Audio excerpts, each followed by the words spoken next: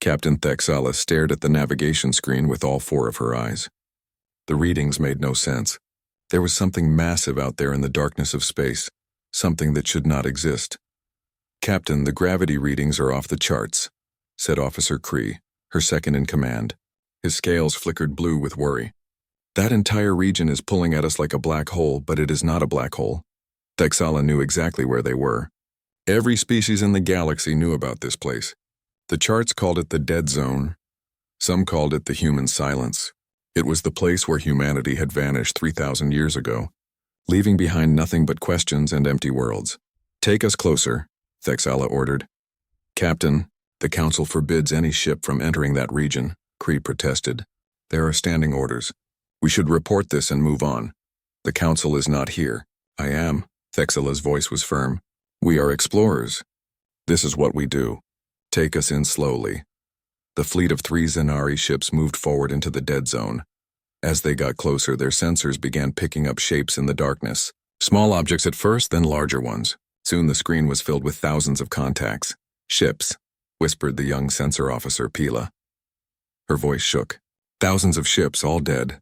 All human." The viewport revealed the truth of her words. Spreading out before them was an enormous field of wreckage. Human vessels of every size floated in the void, dark and silent. Some were massive warships, others were small fighters. All of them bore the markings that the galaxy remembered from the old days, before humans disappeared. "It is a graveyard," Cree said softly. "We found where they died." But Thexala was not convinced. Something felt wrong about this. The ships were too organized, too deliberately placed. This was not the chaos of a final battle. This looked like it had been arranged on purpose. "Take us deeper," she commanded. "There is something at the center." "Can you see it?" As they moved through the field of dead ships, a shape emerged from the darkness. It was a sphere massive beyond imagination. Its surface gleamed dully in the light of the distant red sun. The sphere was easily 100 kilometers across, maybe more. "What is that?" Pila asked. As they approached, the sensors gave them more information. The surface of the sphere was covered in markings. Millions upon millions of them. Text in hundreds of different styles. Images carved into metal. Symbols that looked like writing. "They are names," said Cree, reading the translation software. "Human names. Millions of them." Thexala understood now. It is not just a graveyard. It is a monument. They built this to remember their dead. The ship moved slowly along the surface of the sphere. Everywhere they looked, there were more names. More symbols. Some sections had what looked like flags from different human nations. Others had images of faces frozen in metal forever. The sphere was a tomb, a memorial to an entire species. "Captain," Pila's voice was sharp with alarm, "I am reading power signatures. Something inside that structure is still active." "That is impossible," Cree said. 3,000 years. Nothing could still be running. But the sensors did not lie. Deep within the sphere, something was producing power. Not much, but enough to register on their equipment. It was like a heartbeat, slow and steady, pulsing in the darkness. Life support? Thexala wondered aloud. Or something else? "Captain, look at this." Pila threw an image onto the main screen. It showed a close-up of the sphere's surface. What they had thought were decorative panels were actually something else entirely. "Those are not memorial plaques. That is armor plating. Heavy armor." Cree enhanced another section of the scan. "And these structures we thought were monuments? They are weapons platforms. Inactive, but definitely weapons." Thexala felt a chill run through her body. This was not a memorial. Or rather, it was not only a memorial. This is a fortress. The humans built a fortress and disguised it as a tomb. "But why?" Cree asked. "If they were dying, why build this?" "Maybe they were not dying," Thexala said slowly. "Maybe they were fighting." She made her decision quickly. "Prepare a landing team. We are going inside. Cree, you will lead. Take Pila and a full security detail. Find out what is in there and why it still has power." "Captain, I must protest," Cree began. "Protest noted and ignored." Thexala cut him off. "We came here to explore." "We will explore. But be careful. I do not think the humans built this place to welcome visitors." 2 hours later, the landing team stood on the surface of the sphere. Their magnetic boots held them to the metal surface as they examined the structure up close. The names carved into the armor were even more impressive when seen directly. Each one was precise, detailed, carved with care. There must be billions of names here, Pila said quietly. How many humans died? Or how many enemies they killed, Kree suggested darkly. He had found something. Here, this looks like an entrance. The doorway was sealed, but after some searching, they found a control panel. To their surprise, it activated at Kree's touch. Symbols appeared in the human language, then shifted to Universal Standard. Warning, the text read. This facility is an active military installation. Unauthorized entry is prohibited. Authorized personnel should input credentials. All others should withdraw immediately. It still thinks it is an active base, Pila said, amazed. After 3,000 years, Kree made a decision. He pressed the button marked Emergency Access. The door opened with a hiss of escaping air. Lights flickered on inside, weak but steady. The team stepped into a corridor that looked like it had been abandoned yesterday, not 3 millennia ago. Everything was clean, organized, maintained. The power is running life support, Kree reported. Minimal but present. And there is gravity inside. Artificial gravity after all this time. They moved deeper into the structure. The corridors were marked with human symbols and text. They passed rooms that looked like barracks, storage areas, command centers. Everything was preserved perfectly. Then they found the first of the stasis pods. The chamber was enormous, stretching away into the darkness beyond their lights. And it was filled with cylindrical pods, thousands of them, arranged in perfect rows. Each pod had a small screen showing readouts in the human language. Pila approached the nearest pod and wiped away the dust on its window. She jumped back with a cry of shock. What is it? Kree demanded, raising his weapon. There is someone inside. Pila's voice was high with panic. A human, alive. Kree rushed over and looked. Inside the pod was indeed a human, a female by the look of it, perfectly preserved. Her skin was pale, her eyes closed. She looked like she was sleeping. Check the others, Kree ordered. They were all occupied. Every single pod contained a human in suspended animation. Thousands of humans sleeping in the darkness, waiting. Captain, Kree spoke into his communicator, his voice shaking. You need to see this. The humans did not die out. They are here. They are sleeping. And I think they have been waiting for something. Waiting for what? Thexala asked. Before Kree could answer, alarms began blaring throughout the structure. Red lights flashed. The computers around them came to life, screens filling with data and warnings in the human language. Pila's translator caught a few words. Threat detected. Enemy signature confirmed. Awakening protocols initiated. Battle stations. What enemy? Kree said. There is nothing out there but us. Then the sensors on his suit screamed a warning. Something was coming through the space around them. Not normal space, but something else. Something wrong. The fabric of reality was tearing open, and something ancient and hungry was trying to come through. In her pod, the sleeping human's eyes snapped open. The human woman gasped as her pod opened. The fluid inside drained away quickly, and she fell forward onto her hands and knees, coughing and shaking. Kree and his team stood frozen, unsure what to do. All around them, more pods were opening. Hundreds of humans were waking up at once, all of them confused and disoriented. The air filled with the sounds of coughing, gasping, and weak voices speaking in the human language. The first woman pulled herself up using the side of her pod. She was wearing some kind of gray uniform with strange symbols on it. Her hair was short and dark, her eyes a bright green. She looked at Kree and his team without fear, just cold calculation. Who are you? She asked in perfect Universal Standard. Her voice was rough from sleep but strong. I am Officer Kree of the Zenari Exploration Fleet, Kree managed to say. We found this place. We did not know anyone was alive here. The woman nodded slowly, taking in this information. Around her, other humans were standing up, checking on each other, helping the weaker ones. They moved with discipline despite just waking from 3,000 years of sleep. How long? The woman asked. How long were we in the pods?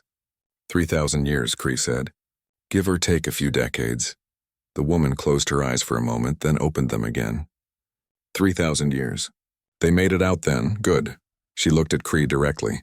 I am Commander Sarah Chen, leader of the Gravekeepers, and we need to move fast. The alarms mean they are coming back. Who is coming back? Kree asked. Sarah did not answer. She was already moving, walking quickly toward a control panel on the wall.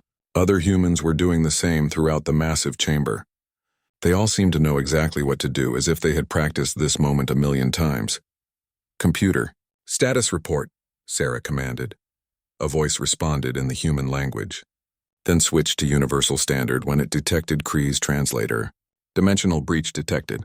Enemy signatures match Devourer pattern. Estimated arrival 14 minutes. Fortress weapon systems online. Drone fleet activating. All personnel report to battle stations. Devourers, Pila whispered. What are Devourers? Sarah looked at her, and there was something terrible in her eyes, something that had seen horrors beyond imagination. You will find out soon enough. Where is your ship? In orbit above the structure, Kree said. With our fleet. You need to warn them. Tell them to move back, far back. At least 10,000 kilometers. And tell them to raise every shield they have. Sarah started walking toward the corridor, moving fast. Follow me. I will show you what we have been guarding. They ran through the corridors following Sarah. More humans were emerging from other chambers, all of them moving with purpose. Despite being asleep for 3 millennia, they acted like professional soldiers. Commands were shouted in the human language. Lights were coming on throughout the structure.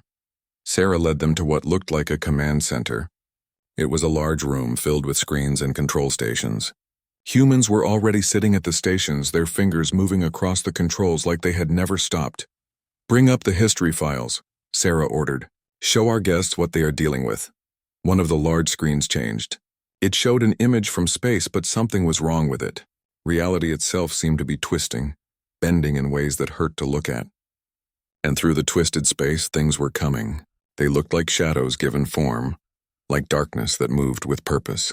They consumed everything they touched. Ships, planets, even light itself disappeared into them. This is what humanity was fighting 3,000 years ago, Sarah explained. We called them Devourers because that is what they do.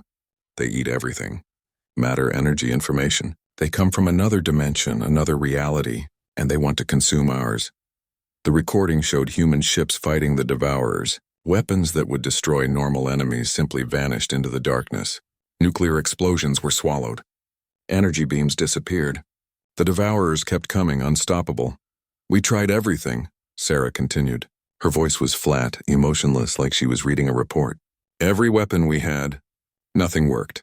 They just kept eating. They consumed hundreds of our worlds before we figured out how to hurt them. The recording changed. It showed humans using different weapons now. Strange devices that seemed to tear at the Devourers, making them scream in ways that had no sound. The creatures could be hurt, could be killed, but it took enormous effort and sacrifice. We learned that they could be damaged by specific frequencies, by reality anchors, by dimensional stabilizers, Sarah said. But it took time to make those weapons, time we did not have. So humanity made a choice. The screen showed the construction of the sphere they were standing in. Thousands of human ships working together, building the fortress. It was not just a defensive position. It was a trap, a killing ground designed specifically to fight the Devourers. We filled the galaxy with warning beacons, Sarah explained. We told every species we could find to run, to get beyond the galactic rim where the Devourers could not easily reach. Most of them listened. Some did not. Those species are gone now. Kree felt sick. And humanity? Most of us went with the others, Sarah said. We helped evacuate entire civilizations. But we knew the Devourers would eventually break through any defense line. So we left guardians, volunteers who would stay behind and watch. Who would hold this fortress and keep the Devourers from following the others? You volunteered to sleep for 3,000 years? Pila asked, her voice filled with awe and horror.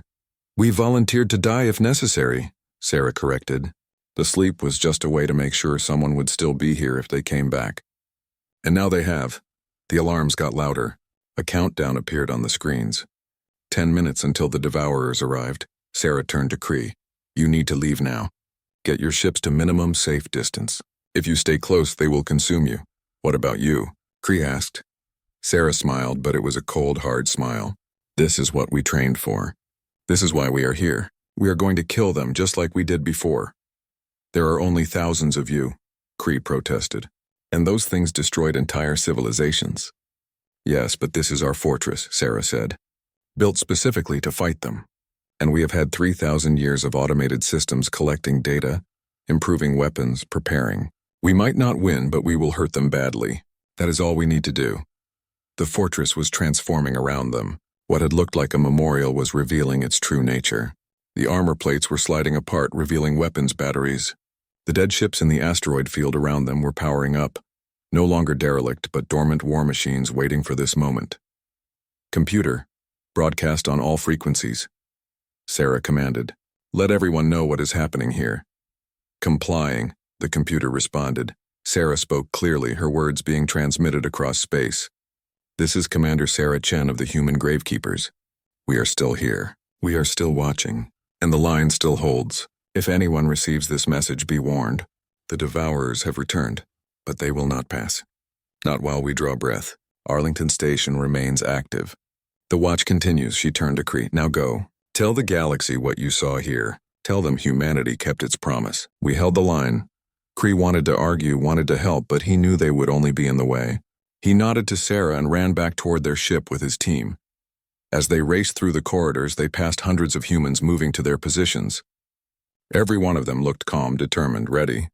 They had been asleep for 3,000 years, but they had not forgotten their purpose. Kree's ship launched just as the Devourers began to emerge from their dimensional rift. The last thing he saw before they jumped to safe distance was the fortress opening fire, filling space with weapons that hurt the eyes to look at. And he heard Sarah's voice one more time, transmitted to his ship. We hold the line. We always hold the line. From the bridge of her ship, Captain Thexala watched the battle unfold. Even from 10,000 kilometers away, the energy readings were incredible. The fortress that humanity had built was unleashing weapons that her people had never seen before. The Devourers came through the dimensional rift like oil spreading across water. They were darkness given form, shadows that moved with terrible purpose. There were dozens of them, each one large enough to swallow a small moon. They did not fly through space so much as they bent space around them, making reality itself twist and scream. The human fortress opened fire. Beams of light that hurt to look at directly struck the Devourers. Where the beams hit, the creatures writhed and screamed silently in the void. The weapons were not lasers or plasma or anything Thexala recognized. They seemed to tear at the very fabric of the Devourer's existence. What kind of weapons are those? Cree asked, his voice filled with wonder. Reality anchors, said a voice from the communications panel. It was Sarah Chen, her image appearing on their screen. They force the Devourers to exist fully in our dimension, where they can be hurt. Without them, the Devourers are mostly made of nothing. You cannot kill nothing. You should be fighting, Thexala said. Why are you talking to us? Multitasking, Sarah replied with a grim smile. I am commanding from the central hub, and I wanted to make sure you understood what you are seeing. You need to tell the galaxy about this. On the view screen, the dead ships in the asteroid field were coming to life. Thousands of vessels that had appeared to be wrecks were now moving, powered by automated systems. They formed a deadly net around the Devourers, their weapons adding to the fortress's barrage. Those ships were never destroyed? Cree asked. Oh, they were destroyed, Sarah confirmed. In the original battles 3,000 years ago. But we rebuilt them as drones, automated weapons platforms. Every ship that died fighting the Devourers was remade into a weapon to kill more of them. Nothing is wasted in this war. A Devourer broke through the net of ships and rushed toward the fortress. It moved impossibly fast, covering thousands of kilometers in seconds.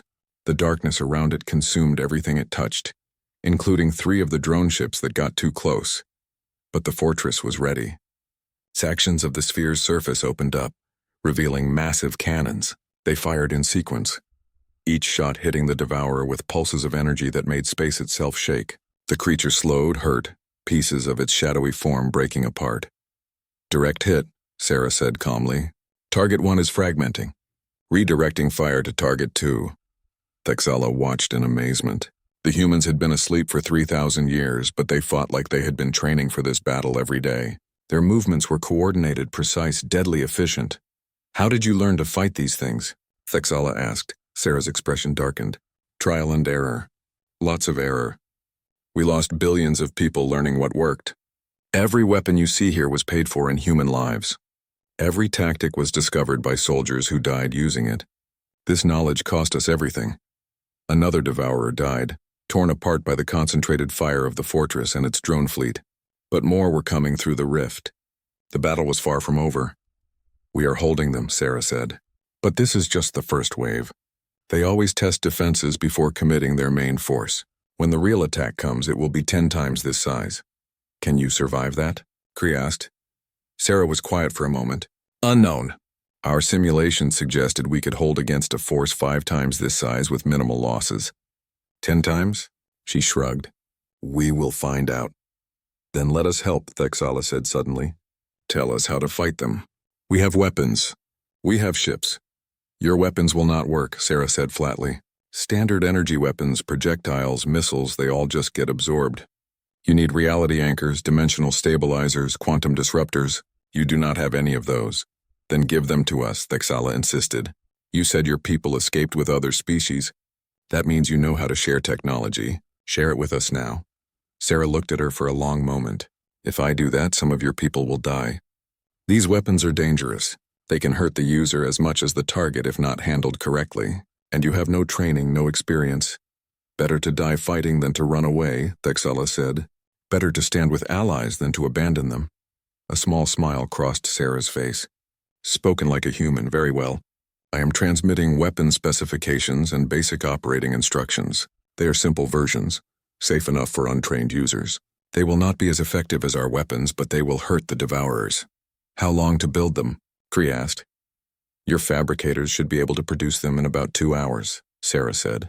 If the battle is still going by then? The battle continued. The humans fought with a ferocity that shocked the Zanari crew. They did not retreat, did not hesitate. Every time a devourer pushed forward, the humans pushed back harder. When a drone ship was destroyed, 2 more took its position. When a weapon battery was damaged, backup systems activated immediately. Thexala watched the fortress's defensive strategy unfold. It was brilliant in its brutality. The humans were not trying to win quickly. They were fighting a battle of attrition, wearing down the devourers slowly but surely. Every weapon was positioned to create overlapping fields of fire. Every ship was placed to maximum effect. Nothing was wasted. They are masters of war, Kree said quietly. I have studied military tactics from 100 species. I have never seen anything like this. They have been fighting since their species learned to use tools. Sarah's voice came through the speakers. She had heard him. We fought each other for thousands of years. We learned every possible way to kill, to survive, to win against impossible odds. We brought all of that knowledge to this fight. 2 hours passed. The Zanari fabricators finished producing the weapons Sarah had sent them. They were strange devices, bulky and covered in warning labels that the translation software rendered in their language. Danger, reality distortion. Warning, dimensional instability. Caution, quantum uncertainty field. Thexala held one of the weapons in her hands. It felt wrong somehow, like it should not exist in normal space. But she understood what Sarah had said. Sometimes survival required accepting danger. All ships arm the new weapons, she ordered. We are going in. Captain, I must object, said her science officer. We have no training with these devices. The humans have been fighting alone for 3,000 years, Thexala replied. I will not ask them to fight alone any longer. Even if we can only destroy one devourer, that is one less they have to face. Her fleet of 3 ships moved forward toward the battle. They were small compared to the fortress, insignificant compared to the devourers, but they were there ready to fight. Sarah's face appeared on their screen again. For the first time since they had met her, she looked surprised. You are coming to help? After I warned you about the danger? You stood guard for 3,000 years, Thexala said. The least we can do is stand with you for 3 hours. Sarah blinked, and for a moment her cold military mask cracked. Emotion showed through, raw and powerful. Thank you, she said quietly. It has been a very long time since anyone stood beside us in battle. Then let us make sure you are not alone anymore, Thexala replied. Where do you need us? Sarah's professional demeanor returned, but something had changed in her eyes. Sector 7 needs reinforcement. 3 devourers are pushing our line there. Your weapons will not kill them, but you can slow them down. Keep them busy while I redirect heavier firepower to that position. Understood, Thexala said. She turned to her crew. You heard the commander. Battle stations. The 3 Zanari ships entered the fight. Their weapons were crude compared to the human arsenal, but Sarah had been right. They worked. When they fired, the devourers reacted, turning toward this new threat. For the first time in 3,000 years, humanity was not fighting alone. The Zanari ships fought alongside the human fortress for 6 hours. It was the longest 6 hours of Thexala's life. The weapons Sarah had given them were effective but unpredictable. Twice, a weapon overloaded and had to be ejected into space before it tore a hole in their ship's hull. 3 crew members were injured when a dimensional stabilizer backfired, but they hurt the Devourers. They slowed them down. They kept them distracted while the human weapons did the real damage. Finally, after what felt like an eternity, the last Devourer fell. The dimensional rift closed and space returned to normal. The battle was over. Thexala slumped in her command chair, exhausted. Around her, her crew was celebrating, but she felt only relief and a bone-deep weariness. Through the view screen, she could see the fortress. It was damaged in places, scarred by the battle, but it was still there, still functioning. "Commander Chen is hailing us," Kree reported. Sarah's face appeared on the screen. She looked tired, more tired than any being Thexala had ever seen. But she was smiling slightly. "Well fought, Captain," Sarah said. "Your people did well for their first battle against the Devourers." "We barely survived," Thexala said. "How do you do this? How do you face these things and not break?" "Practice," Sarah said simply. "And purpose. We know why we are here. We know what we are protecting." Her smile faded, but this was only a scouting force. "The sensors are showing something much larger gathering on the other side of the dimensional barrier. The real attack is coming." "When?" Kree asked. "Maybe a day, maybe a week, but soon." Sarah looked directly at Thexala. "You should leave now. Take your ships and go. You fought bravely, but what is coming next will be beyond your ability to help with." "How many?" Thexala asked quietly. Sarah was silent for a moment. "The sensors estimate at least 50 Devourers. Maybe more. It is a full assault force. 50. They had barely survived fighting a dozen with the fortress doing most of the work. 50 would be a slaughter. Then you need help," Thexala said. "Real help. Not just 3 explorer ships with borrowed weapons." "There is no help coming," Sarah said. Her voice was calm, accepting. "We knew this might happen when we volunteered. We knew we might face a force too large to stop. If that happens, we will do what we always planned to do. We will hold them as long as possible and then detonate the fortress. Take them with us." "No," Thexala said firmly. Sarah raised an eyebrow. "No? You said your people escaped with other species. That they went beyond the galactic rim. You said humanity is still alive out there." Thexala leaned forward. "So we send a message. We tell them their guardians need help. We tell the galaxy what is happening here." "The message would take years to reach them," Sarah said, "even using quantum relays. We do not have years. We have days. Then we use every relay. We broadcast on every frequency. We make noise until someone hears us." Thexala's voice was strong now, determined. "You stood alone for 3,000 years. You do not have to stand alone anymore." Sarah stared at her for a long moment. Then she nodded slowly. "Do it, send your message. Tell them the Gravekeepers are awake and the Devourers have returned. Tell them we need help." Thexala turned to her communications officer. "Send the message on all channels. Maximum power. Include everything we have recorded. Battle footage, sensor data, everything. Make sure they understand this is real." The message went out across the galaxy. It traveled through quantum relays, jumping from system to system at faster than light speeds. It spread like wildfire, carrying news that shocked every species that heard it. Humanity was not dead. The Gravekeepers were real, not just a legend. And the threat they had been guarding against had returned. The response was not immediate. For the first day, there was only silence. Sarah and her people used the time to repair damage, reload weapons, and prepare for the coming storm. The Zenari fleet stayed with them, helping where they could. Thexala spent time walking through the fortress with Sarah, seeing the human stronghold up close. It was a marvel of military engineering.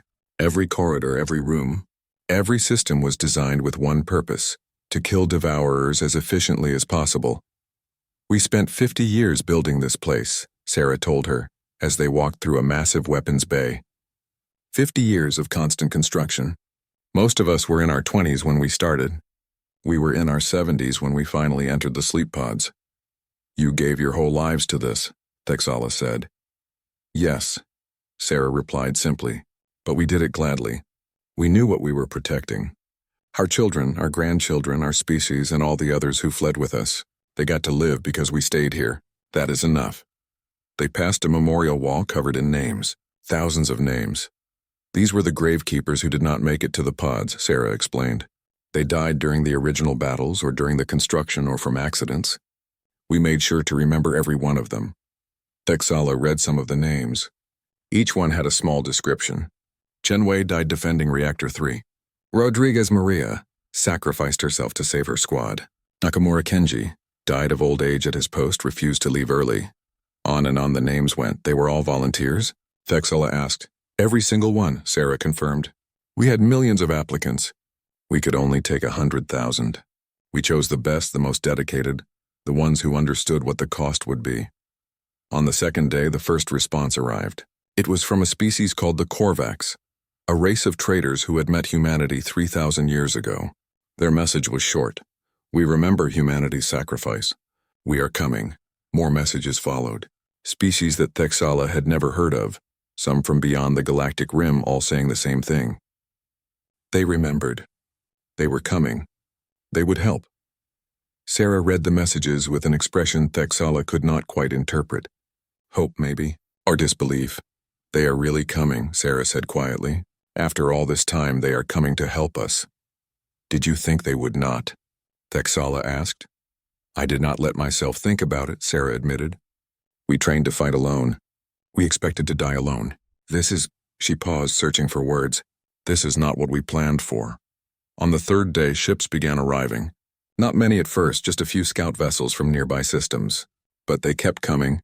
Traders, explorers, even a few military ships from species Thexala did not recognize. Then, on the fourth day, the real help arrived. The quantum relay lit up with a massive signal, multiple capital ships entering the system at once. Thexala's sensors struggled to count them all. 50 ships, 100, more. All of them converging on the fortress. And at the head of the fleet was something that made Sarah Chen stop and stare. Those are human ships, she whispered. Real human ships, not drones, not antiques. Modern vessels. The lead ship opened a communication channel. A human face appeared on the screen. A man with Sarah's features softened by 3,000 years of genetic drift. He wore a uniform that was different from Sarah's but clearly descended from it. Commander Chen, he said formally. I am Admiral Marcus Chen Tharax, representative of the Human Descendant Council. We received your message. We have come to relieve the watch. Sarah stood at attention, her military bearing returning. Admiral, the gravekeepers report the watch is maintained. Enemy forces gathering for major assault. Estimated time of attack, 18 hours. Understood, Commander, the Admiral said. Then his formal mask cracked and emotion showed through. Ancestor, you have held the line for 3,000 years. You can rest now. We are here. Sarah's eyes filled with tears. For the first time since waking, she let herself feel the weight of what they had endured. We are still ready to fight, Admiral. I know you are, he replied gently, but you do not have to fight alone anymore. The fleet settled into position around the fortress. Human ships, yes, but also ships from dozens of other species. The Korvax traders had brought their entire defense fleet. The insectoid Threx sent their hive warriors. The crystalline Quellen sent ships made of living stone, and more were coming. The message was still spreading across the galaxy, and every species that heard it was sending ships, some to repay an old debt, some out of solidarity, some simply because it was the right thing to do. By the time the Devourers attacked, the fortress would not be alone. The dimensional rift opened exactly 18 hours later, just as Sarah had predicted. But this time, when the Devourers came through, they faced something they had never encountered before. A united galaxy. More than 300 ships surrounded the fortress. Human vessels equipped with the most advanced weapons their descendants had developed over 3 millennia. Zanari explorers who refused to leave. Korvax trading ships retrofitted with weapons. Threx hive ships that moved as one organism. Quellen crystalline dreadnoughts that sang in frequencies that hurt the Devourers. And at the center of it all, the fortress called Arlington Station, with Sarah Chen and her gravekeepers ready to show everyone how humans fought when they could not afford to lose. Admiral Marcus Chen Tharax stood on the bridge of his flagship, coordinating the fleet. Beside him via hologram stood Sarah Chen. 3,000 years separated them, but they were still family. Still human. Still ready to hold the line. Enemy count? Marcus asked. 63 confirmed Devourers, his sensor officer reported. All capital class. This is their main assault force. Sarah watched the displays with the eyes of someone who had fought this enemy before. They will try to overwhelm us with numbers. They will split into groups and attack from multiple angles, and they will focus on the dimensional anchors first. If they can disable those, we cannot hurt them. Then we protect the anchors, Marcus said. He opened a channel to the entire fleet. All ships, this is Admiral Chen Therax. Our strategy is simple. We protect the fortress and its weapons. The Gravekeepers know how to kill these things. Our job is to keep them alive long enough to do it. Fight smart, fight together, and remember what we are protecting. Every world, every species, every life behind us depends on this moment. Make it count. The Devourers came through the rift like a tide of darkness. 63 creatures that had destroyed civilizations, that had consumed entire worlds. They moved with terrible purpose toward the waiting fleet. All weapons fire, Marcus commanded. Space erupted in light. 300 ships opened fire at once, their weapons ranging from conventional missiles to exotic energy beams, to the reality-distorting weapons the humans had pioneered. The Devourers met a wall of fire unlike anything they had faced before. The fortress added its own firepower to the barrage. The weapons that had been maintained and improved over 3,000 years showed their worth. Reality anchors punched through the Devourers' dimensional shields. Quantum disruptors tore at their substance. Dimensional stabilizers forced them fully into normal space, where they could be hurt by conventional weapons. The first Devourer died within minutes, torn apart by concentrated fire from a dozen ships. Then another. Then 3 more. But the Devourers were not helpless. They struck back with their own terrible weapons. A Korvax ship disappeared into a sphere of absolute darkness, consumed in seconds. A Threx hive ship was torn apart by dimensional shear. One of the human destroyers was caught in a reality collapse, folding in on itself until it simply ceased to exist. The battle was brutal, chaotic, deadly. But this time, the Devourers were not facing a desperate last stand. They were facing a prepared defense, multiple species working together, coordinated and determined. Sarah watched from the fortress command center, directing the Gravekeepers with the precision of someone who had trained for this moment her entire life. Weapons Platform 7 redirect fire to Target 12. Drone Wing 3 intercept Target 18 before it reaches the Zenari formation. All reality anchors focus on the 3 Devourers pushing the left flank. Marcus coordinated the overall fleet, moving ships like pieces on a chessboard. When the Devourers tried to flank, he had ships waiting. When they concentrated on one position, he reinforced it. When they tried to break through to the fortress, the entire fleet moved to block them. The battle raged for hours. Ships were lost, both sides taking heavy casualties. But slowly, surely the tide began to turn. The Devourers had never faced resistance like this. They had never encountered an enemy that knew their weaknesses, that had weapons specifically designed to kill them, that refused to break no matter how many died. Thexala fought her ship alongside the others, no longer a nervous explorer but a battle-tested warrior. Her crew worked with practiced efficiency, firing the reality-distorting weapons with growing skill. When a Devourer turned toward them, they did not run. They stood their ground and fought. "Captain, that one is too close," Kree shouted. "Then we hurt it before it hurts us," Thexala replied calmly. "All weapons maximum power, fire." Their weapons struck the Devourer dead on, and this time they knew exactly where to aim.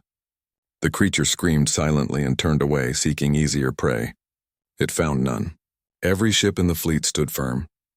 In the fortress, one of the Gravekeepers took a direct hit from a Devourer's attack.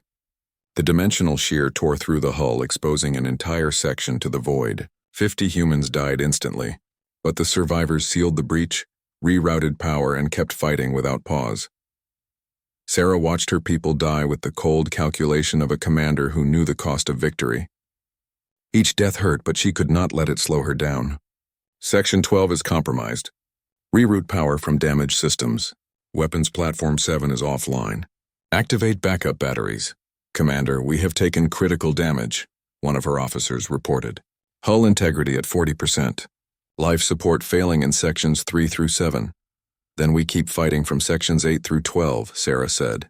"We do not stop. We do not break. We hold the line."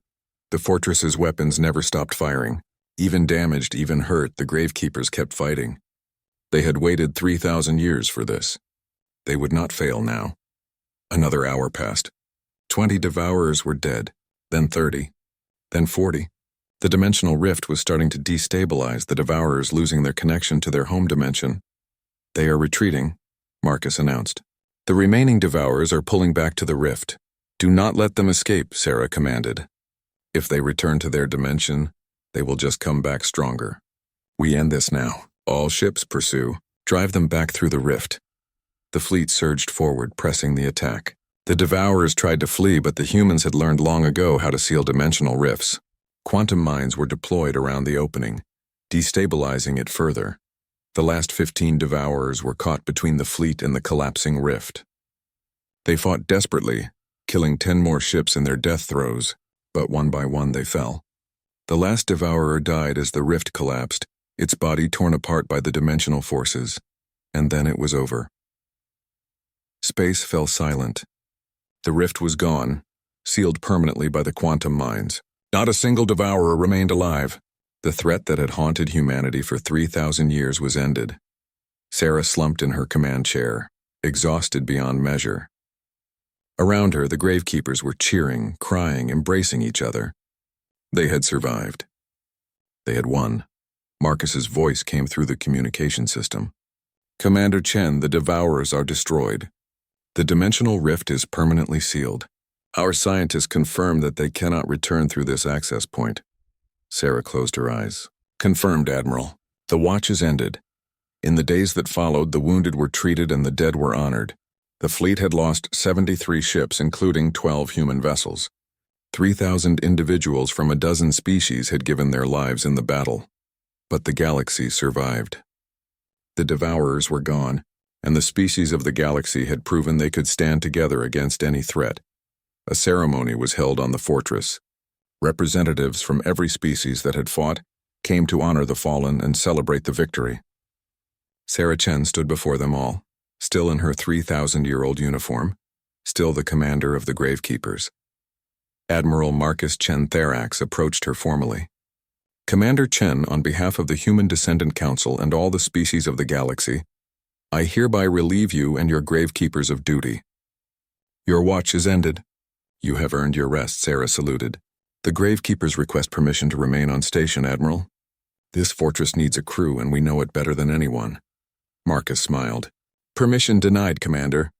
The fortress will remain active, yes, but it will be crewed by volunteers from all species, not just humans. The galaxy has learned its lesson. We will never again let one species stand alone against the darkness." He gestured to the crowd gathered behind him. Representatives from dozens of species stepped forward.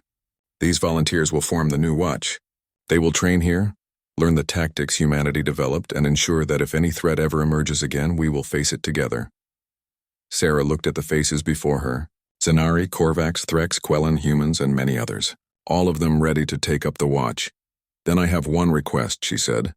"Make this fortress a symbol, not of war, but of unity. Let it stand as a reminder that when we stand together, no darkness can overcome us." Captain Thexala stepped forward. She wore bandages from injuries sustained in battle, but she stood proud. "Commander Chen, I would be honored to serve as one of the new Guardians. You taught us how to fight. Now let us learn how to watch." Sarah smiled, truly smiled, for the first time in 3,000 years. "The honor would be mine, Captain."